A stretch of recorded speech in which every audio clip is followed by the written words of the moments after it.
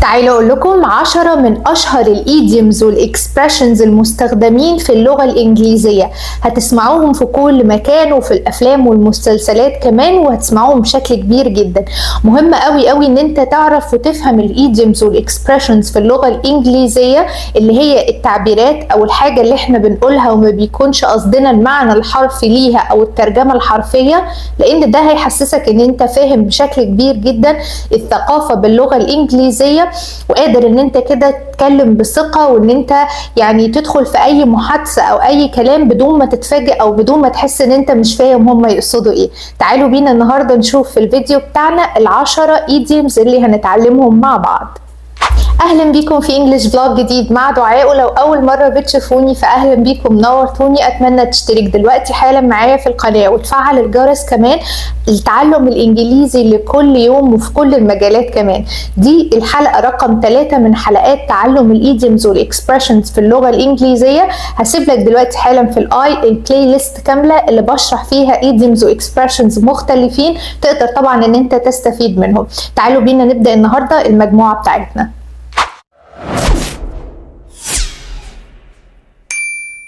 أول حاجة خالص وهي cut corners.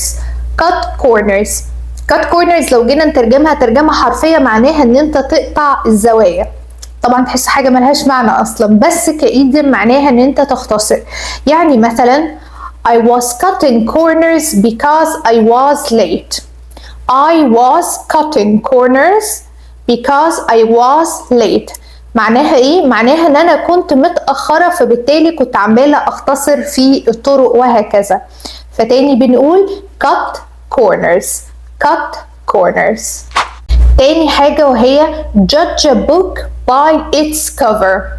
judge a book by its cover معناها لو ترجمناها ترجمة حرفية ان انت تحكم على الكتاب من الغلاف، وهي تقريبا قريبة للمعنى بتاعها في الايديوم او في الاكسبريشن نفسه، يعني وهو ان انت ما تحكمش على حاجة او على حد من الشكل الخارجي او من الانطباع الاول بشكل عام. يعني مثلا انا شفت مثلا بنت ولسه بتعرف عليها جديد، فاقول ياه البنت دي شكلها هتبقى صاحبتي، فصاحبتي اللي قريبة مني بتقولي دعاء don't judge a book by its cover. don't judge a book by its cover يعني بلاش ان انت تحكمي على حد من انطباعك الاول، واستني كده اصبري شوية. وصلنا لثالث ايديوم وهو a drop in the ocean. a drop in the ocean يعني ايه؟ يعني لو ترجمناها برضو ترجمة حرفية معناها نقطة في محيط. لما نقول تعبير او expression a drop in the ocean معناها لما تكون مثلا بتعمل حاجة وتحس انها حاجة يعني ايه بسيطة جدا كده، حاجة لا تذكر. يعني مثلا لما اقول لك I worked really hard in the project but it was a drop in the ocean. I worked really hard in the project but it was a drop in the ocean. يعني ايه؟ يعني انا اشتغلت جامد جدا على المشروع، ولكن هي كانت يعني حاجة بسيطة جدا او تعتبر نقطة في بحر، لان الفريق كله اشتغل معايا وزملائي كلهم اشتغلوا معايا. فبنقول a drop in the ocean. رقم 4 معايا وهو cost an arm and a leg. cost an arm and a leg لو ترجمناها ترجمة حرفية معناها حاجة بتكلف دراع ورجل. ايه هو بقى اللي بيكلف دراع ورجل ده؟ لا، هي كايديوم لما بنستخدم او بنقول تعبير cost an arm and a leg معناها ان حاجة تكون غالية. يعني مثلا صاحبتي اشترت شنطة جديدة والشنطة دي كانت عجبانة مثلا، فبنسألها بنقول لها هي سعرها كام دي ولا تمنها كام الشنطة دي، فقالت this bag costs an arm and a leg. This bag costs an arm and a leg يعني الشنطة دي غالية جدا جدا، ف it costs an arm and a leg. خليكم معايا واكتبوا لي دلوقتي حالا تطبيقاتكم والأمثلة بتاعتكم كمان علشان أشوفها إن شاء الله وتكونوا دايما متفاعلين معايا.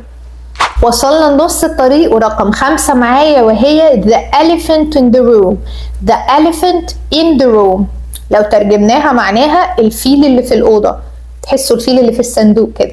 مش فاهمين هو ده معناها ايه؟ معناها لما نقول على حاجة the elephant in the room اللي هي الحاجة الأساسية أو الموضوع الأساسي، الحاجة الكبيرة كده الواضحة، اللي هو مثلا بنتكلم أنا وصحابي مثلا وبعدين قلت لهم بقول لكم ايه let's talk about the elephant in the room، let's talk about the elephant in the room، يعني تعالوا بقى نتكلم في الحاجة المهمة كده والحاجة الأساسية، فهي the elephant in the room.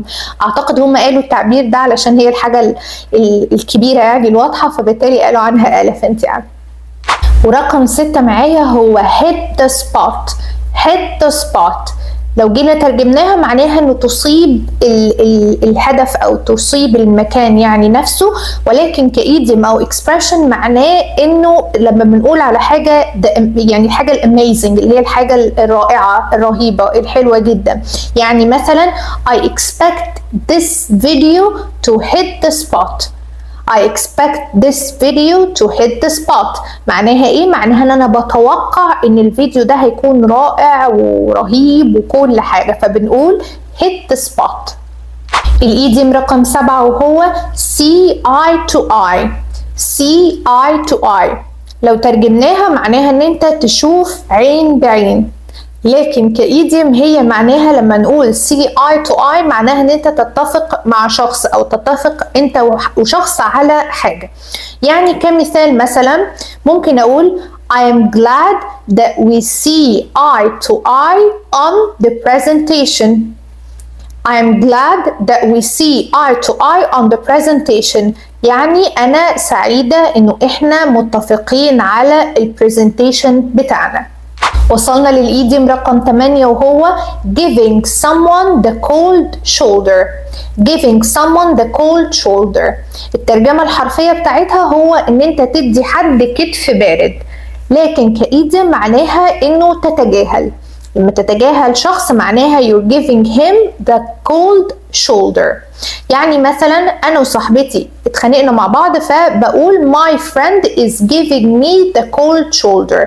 my friend is giving me the cold shoulder معناها انه صاحبتي بتتجاهل. الايديم رقم 9 معايا وهو take someone under your wing.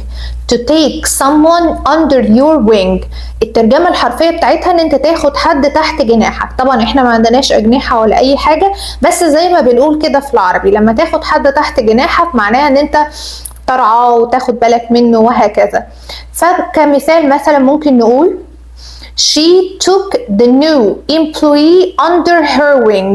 She took the new employee under her wing معناها انها اخدت الموظف الجديد تحت جناحها وبدأت انها تدربه وتعلمه وهكذا.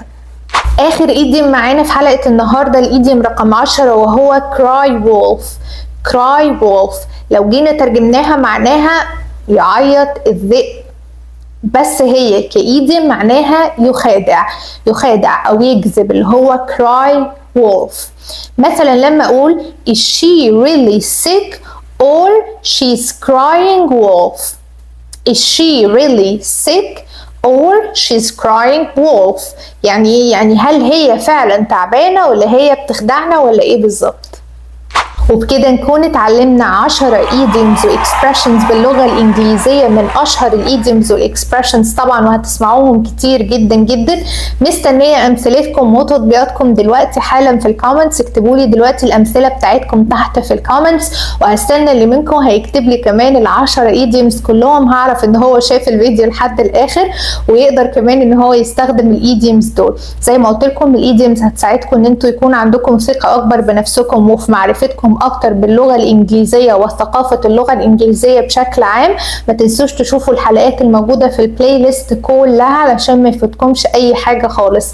ولو عجبك الفيديو النهارده ما تنساش لايك بليز للفيديو، ولو لسه ما اشتركتش معايا بفكرك اشترك دلوقتي حالا معايا في القناه وفعل الجرس كمان عشان يجيلك كل فيديوهاتي الجديده عندي هنا على القناه انجلش فلوج. هشوفكم ان شاء الله على كل خير باذن الله الحلقه الجايه. باي باي.